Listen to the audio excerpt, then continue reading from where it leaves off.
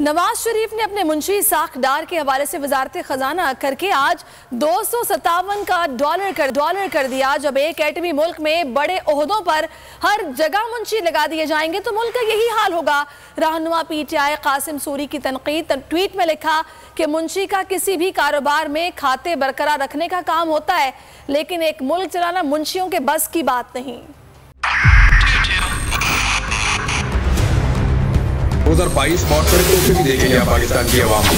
पाकिस्तान की आवाम को एक तोहफा ये दिया कि आवाम को पता चल गया कि पाकिस्तान का मीडिया क्या है। साल 2022 में सबसे ज्यादा देखे जाने वाला चैनल बोल न्यूज रहा नंबर 1। हमने बहुत सारे शोज और ट्रांसमिशंस की, पूरा साल मुसलसल जदोजहद में निकल गया कि ये वोट ऑफ कॉन्फिडेंस के पीछे कौन लोग थे।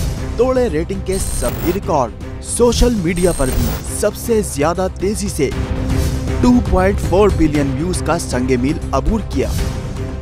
एंकर्स को भी आवाम में सबसे ज्यादा मकबूलियत मिली और सोशल मीडिया पर भी बोल रहा सब पर भारी। सब्सक्राइब करें और बेल दबाएं ताकि कोई खबर रह न जाए।